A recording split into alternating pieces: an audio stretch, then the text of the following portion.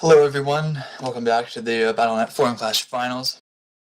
If you made it up to this point, you've watched the first 5 games and you've seen quite the entertaining series so far, both the players going back and forth heavily.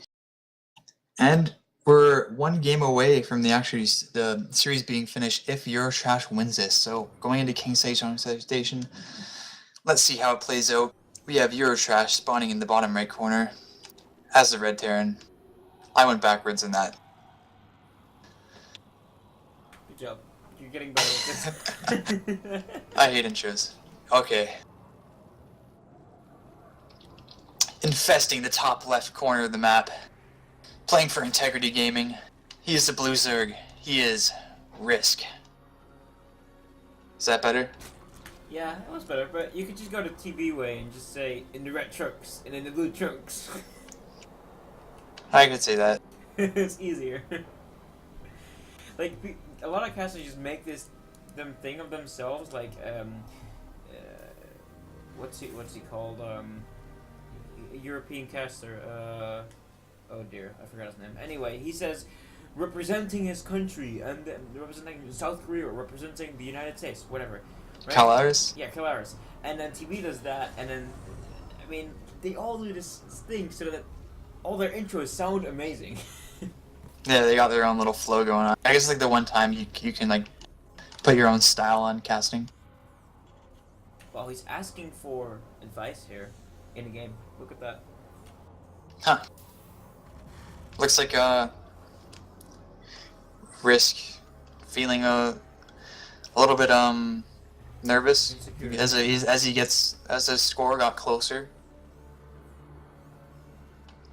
Yeah, the first 2 games, like he's pretty silent. He's just playing, and now that he's lost 3 games in a row, he's got to be a little bit nervous. I don't blame him. Like, whenever you get a lead and you lose it, it's like, oh, I was doing so well. What did I do wrong? And then you're second guessing yourself, and you aren't as concise in your decisions. But there's still chance for him to win this. There's still space. He hasn't lost yet. He's definitely got to, he has to win this game, though. And we're on, King Terran Station, what I like to call it. Because if you actually look at it, basically every aspect of it favors Terran. Yeah. I think I put it as the 6th map, just because it was, like, although it is Terran favored, maybe not by as much as I'm saying, it is, like, a good map. Like, it's been around a long time, about, like, 7 months now. People know how to play on it. They know what's good, what works, what doesn't, and it's a unique map. You're just looking at the natural, the airspace, the backdoor path, you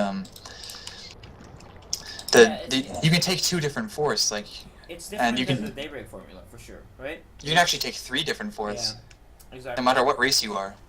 I take this one because you can kill these rocks really, really quickly, and then only have like 1 choke leading up to your 4th, which is like really easy to defend. But as Zerg, not the greatest idea given you don't want to be fighting in choke points against Terran. Yeah, as Zerg, what you want to be doing is take this base, but only if you have creep there. If you don't have creep there, you will want to take this base, but then you'll be fighting up against this choke here, where you will need to have a big flank, which I guess it's preference based, but I think this base right outside the natural is the best if you have creep. But that's in your own hands, I suppose, right? Well, the other one right here, they can plant units right above that watchtower on that little ledge, and also have vision of your gas geyser and like the edge of your creep and your units, so they can see your army movements. And it's just really hard for Zerg to defend it properly. So that's why they gotta burst down those rocks early. We'll probably see that from Risk if he decides to go for a macro game, which you might want to be a bit safer in the game that you're down and you need to win, because this might give you best chance, or you might take a risk, Kappa. Yep. Ooh, that Reaper. Kind of a Kappa there. Fire. Oh wow, he's gonna lose this. There's no way he's gonna save this. Oh, are you kidding? Is healing? It's healing.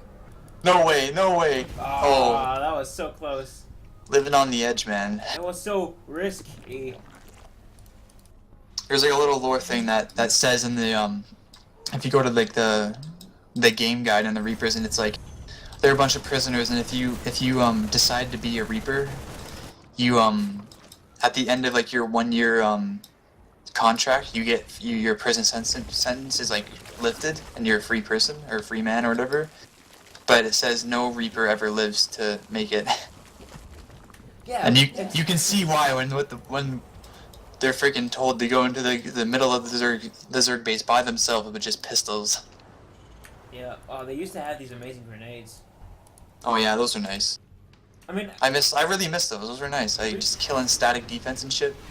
Reapers do get their legs cut off, right? Like, they don't have any legs, they just have boosters instead.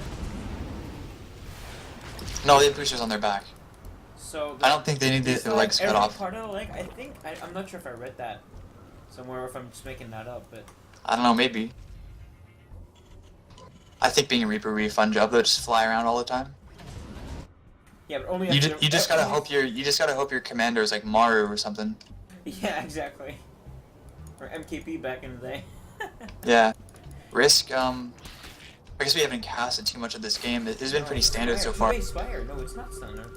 He's going for roaches, really late speed, +1, Aspire, and no third base. You know, And I don't know what imeurotrash has done that made him think oh wow. the thing is, okay, right, oh, look at the seat stank over here. He's doing this 1-1-1 gimmick. See, when you do a 1-1-1 like this, you got to be able to get away with getting across the map like this, but it's still not going to work. Cause Risk is just coming from behind with these speed things, kill the tank, and then these mutas are probably gonna, or when they're out, they're probably just gonna kill these unupgraded marines. Right? Eurotrash does not know there's a Spire here because look, it's on creep that's not, supposed to be there. So, and his Spire is so. I mean, it's kind of a proxy in your own base, right? If you're Yeah. sure, he's doing a bit of damage, killing the hatch a little bit, getting a couple of drones, but he's not doing devastating damage like he should. And when these mutas come out, 7, by the way, more than the 4 before, he's gonna do more damage. Because I mean, what does Eurotrash have? He has a couple of slow marines that don't have stim or combat shield. Yeah, his upgrades are freaking late as hell. He doesn't even have +1/+1 yet. He went for this 1-on-1, but it hit too late, and it just didn't do enough.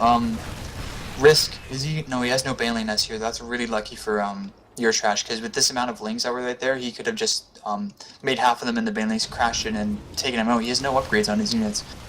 This harassment is just ended right there. Yep, he did see the mutas though, so they come out of Yeah, he saw the Spire anyways before the mutas came out, but I guess it doesn't matter because that drop was cleaned up by them.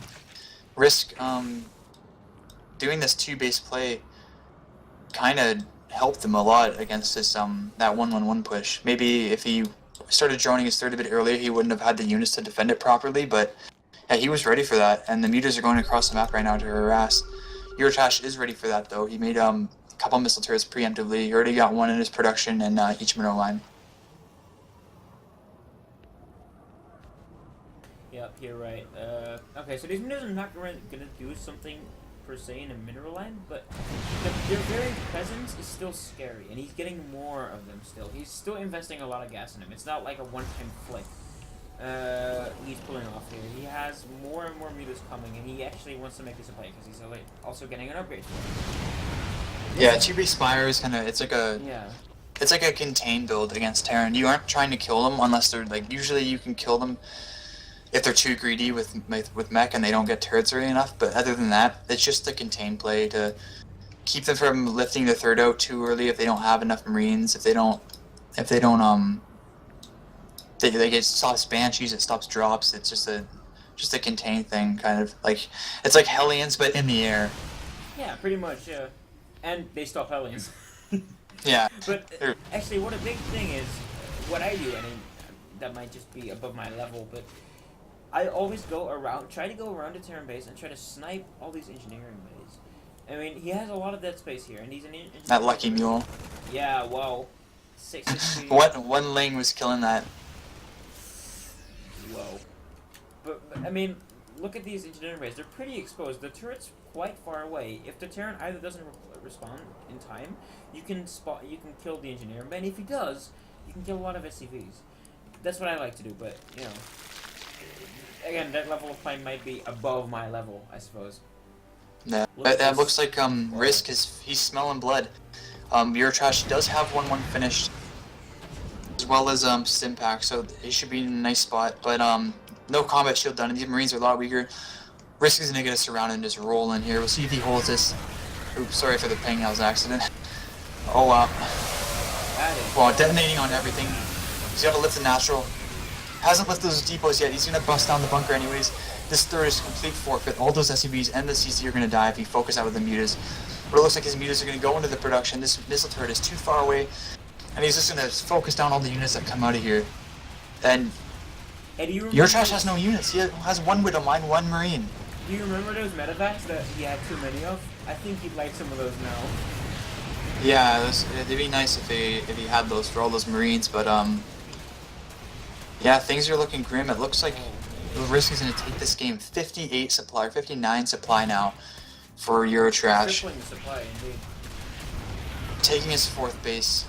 Risk's choices of builds have been immaculate so far.